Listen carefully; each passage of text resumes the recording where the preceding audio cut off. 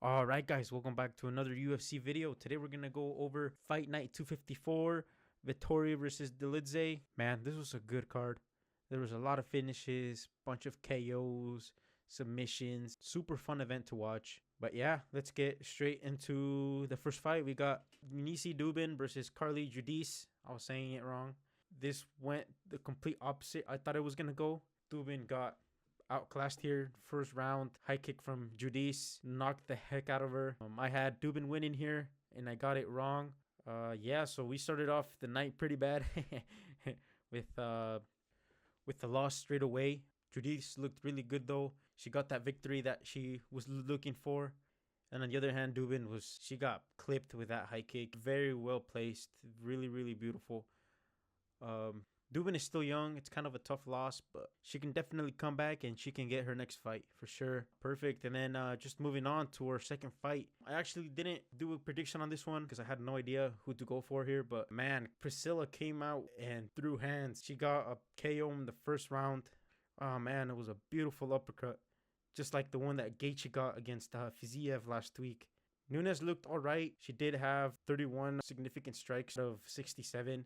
They were both throwing bombs, but Nunes was just ducking her head too much. Priscilla saw that and caught her with that beautiful uppercut. This was a really fun fight to watch. This card started out great. 2 KOs in the first round. Oh man, that was beautiful. Anyway, moving on to our third fight. We have Daniel Barres versus Andre Lima. Oh man, Andre Lima was doing whatever the hell he wanted in this fight. His boxing looks great, super crispy. He even has really good takedown defense. He was able to take down Barres. His significant strikes that he landed were 108 out of 159, which is crazy. While Barres only got 33 out of 79. And for a second, I thought this was going to go all 3 rounds just because Barres is a dog. He was eating everything that Lima was throwing at him.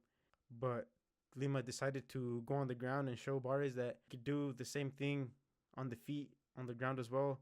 And he was able to lock in his rear naked choke and win by submission in the third round. I got this prediction right, which puts me at 1-for-1. Yeah, this was also another really fun fight to watch. Super entertaining. Like I said, Lima came out, got a total domination over Daniel Barres. Sweet. And then our next fight is Stephanie Luciano versus Sam Hughes. This fight played out exactly how I thought it was going to go. They were both throwing hands. The only thing, Sam Hughes had a little bit more control time towards the end, which is why I feel like that's what got her the win. This could have gone either way. It went to a split decision. This is why I didn't want to bet on any of these fighters because I knew this could have gone either way. Just like it went for Sam Hughes, it could have easily gone to Stephanie Luciano as well. Again, Stephanie Luciano is a young fighter. She still got a lot of career ahead of her, so she can definitely come back from this win. And for Hughes, this was a great win. She came out and just did what she was going to do, and she was able to execute her plan, and that's what got her the win. And she did get an underdog win in here too. Alrighty, our next fight is Carlos Vera versus Josias Muzaza. Golly, man. I can't believe it. Carlos Vera came out biggest underdog of the night. He was able to pull a first round submission via rear naked choke. I don't know what happened to Muzaza. He got clipped by Carlos Vera too. That's what led to Carlos Vera to get his submission locked in. I honestly thought Josias was going to clobber this guy and outbox him and outperform him in every way. But it went the complete opposite. He was a minus 725 favorite. Biggest of the night. Came into this fight undefeated and he lost his undefeated record. But yeah, Carlos Vera looked really good out there. He made Muzaza's look like a complete rookie. This was a great win for him though. Looks super good on his record. And Muzaza, he's still young. This is a loss that will definitely teach Muzaza some new things. But I bet he'll be able to come back. Sometimes the undefeated fighters need a loss so they can learn more and they can continue their career. And I feel like Muzaza's needed this loss. But yeah, this is another one that I got wrong. I started this card out so bad, 1-for-2 for my predictions. But yeah, who would have thought that Carlos Vera was going to come in and destroy Muzaza? But yeah, we're going to move on to our next fight. Yu versus Cunningham. Yu completely outclassed Cunningham here. He had almost 8 minutes of control time while AJ Cunningham had 0. Yu had more total strikes, 77. Most of those came on the ground. And then on the other hand, AJ Cunningham got 19 total strikes. Yeah, this completely went Su Young Yu's way. He was able to do whatever the hell he wanted as well. And he got a well-deserved unanimous decision win. And I got this prediction correct. At this point, I was 2 for 2. So yeah, let's move on to our last fight of the prelims. It was Waldo Cortez Acosta versus Ryan Spann. Costa looked great out there. He was able to pull a great second round win. This was another prediction that I got correct. This put me at 3 for 2. Spann was getting some good leg kicks in. He was able to get a few strikes in the head as well, but nothing compared to what Acosta was able to get. He had 56 for 97 strikes to the head, 66 significant strikes out of 111, while Spann had only 23 for 86. Like I said, Spann gaining those extra pounds to move up to the heavyweight was going to be kind of hard for him because Acosta looked like in a whole different level. Yeah, this fight put me at 3 for 2.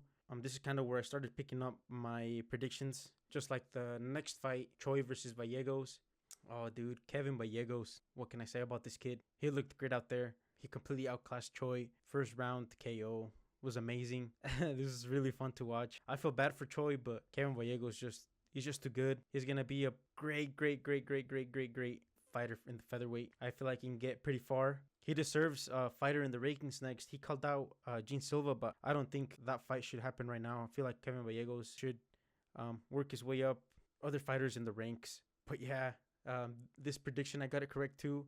Yeah, this put me at 4 for 2. I was able to get this prediction right. Kevin Gallegos was a super heavy favorite, and he showed why. Yep, unlike our next fight, DR versus Brenson. Brenson was the plus 350 underdog here. DR was supposed to outclass Ribeiro, which did not happen. DR did miss weight by a few pounds. I'm pretty sure it was like 4.5. Ribeiro just looked really good. DR did take him down twice. Even though, funny enough, Ribeiro was able to pull second round submissions via a Kimura. He was able to lock that in. DR kind of flipped over, but Ribeiro was still able to keep his position and made DR tap out like nothing. I got this one correct. I thought Ribeiro was going to win by decision, but he pulled out Kimura out of nowhere and was able to get the win and was able to put my 5th prediction correct. And then the next fight was, crazily enough, another second round submission via a Kimura. It was just so crazy to watch. Blackshear came out and destroyed Cody Gibson. I feel so bad for Gibson, but Damon was just so good. Cody Gibson tried to take him down 5 times. Was only successful once. Cody Gibson did have more total strikes, more significant strikes, but Damon Blackshear was just being a little bit more patient. He was picking his shots better. He worked the body pretty good. And like I said, with him being patient, he was able to get that second round submission via Kimura. Damon looked great. Gibson looked pretty good. He started out so freaking good. If he would have kept that throughout the rounds, he would have dominated Damon. But the pace that he was going, it was kind of impossible to do. Gibson is getting up there in age, but I feel like he's still got a few fights in him. And this loss should not impede from him fighting another fight in the UFC. And I'm excited to watch his next fight. Watching Cody Gibson fight against Damon was, or at least the beginning was pretty fun. And I'm excited to see what else he's got in store, because Damon just looked super good out there and didn't let Gibson really do much after that first round. But yeah, this put me at 6 for 2 in the predictions. I got this one correct as well. But yeah, and then the next fight we got Hernandez versus Kurt. This was another split decision win. I thought it was pretty close. I would have agreed as well if it went to Kurt. Kurt the Hurt was getting some good significant strikes, getting some good blows to the body and some pretty big head strikes. But Alex Hernandez just completely dominated him on the ground. That last round was super decisive for his victory. He basically controlled Kurt the whole time. Hernandez was 4 for 5 on takedowns. He had some beautiful takedowns on Kurt. I think the split decision deserved by Hernandez. Like I said, I could have seen Kurt get the win here too, because he was doing some pretty good stuff as well. But just that the third round was completely all being controlled by Hernandez, and that's why I think he got the victory here. I got this one correct as well. This put me at 7 for 2. I kind of went on a little winning streak right there. Got 6 correct in a row, which was really good until the next fight. Chidi versus Dos Santos. I thought Dos Santos, being the favorite here, he was going to be able to get the victory here. Chidi looked amazing out there, controlled and composed. His strikes were very well picked. He didn't really miss that many. He was working Dos Santos's whole body, especially with those kicks. Those kicks were freaking crazy good and super fast. Chidi is just a massive dude for welterweight. And then that size advantage was just too much for Dos Santos to handle, you know. But yeah, Chidi's knee came out of nowhere and clipped Dos Santos, KO'd him. Chidi was able to get the finish. This one, I got it totally wrong. I thought the favorite was going to be able to pull out the victory here. But just Chidi came out and did his thing. Like I said, he was very controlled and composed. Looked super good out there. And I'm actually excited to see his next fight, even though he caused my third wrong prediction of the night. But definitely gained a new fan. And I will definitely watch Chidi's next fight, as well as Roman Dolidze's next fight too. This was such a amazing and fun fight to watch. This was the other prediction that I got correct. This put me at 8 for 3 for the night. They both came out to win. One wanted their comeback, and then the other one wanted their sweet, sweet revenge. And Dolidze was able to pull out his revenge win over Vettori. He got the unanimous decision, rightfully so. I think the only round that Vettori won there was round 3. But overall, Dolidze looked super good. They were both throwing ridiculous power shots at each other. Vettori kind of had Dolidze wobble there for a little bit, but that takedown attempt that he missed was super smart by him. That prevented Vettori from getting a finish there. Yeah, this fight, like I said, was super fun. They attacked everywhere. Roman was getting some right hooks that he was kind of missing, and then started hitting those, and Vettori was getting some pretty good leg kicks in as well. Even though Dolidze did get one on Vettori and made him actually limp for a little bit. I thought Dolidze was going to focus more on that, but he didn't. But yeah, the streak of not getting finished continues. Like I said, both of these guys looked amazing. They both gained a new fan as well. Vettori impressed me. I had never seen him fight, and I hadn't seen Dolidze fight either. Just kind of like highlights here and there. But I'm excited to watch their next fight as well. But yeah, what a great fight. Dolidze definitely deserved that win. So yep, that concludes our review for Saturday night's fights. And if you made it to the end of the video, I appreciate you so much for watching. And we'll see you guys next week for the fight night between Sean Brady and Leon Edwards. But yeah, thank you so much for watching, and we'll see you guys on the next one. Adios.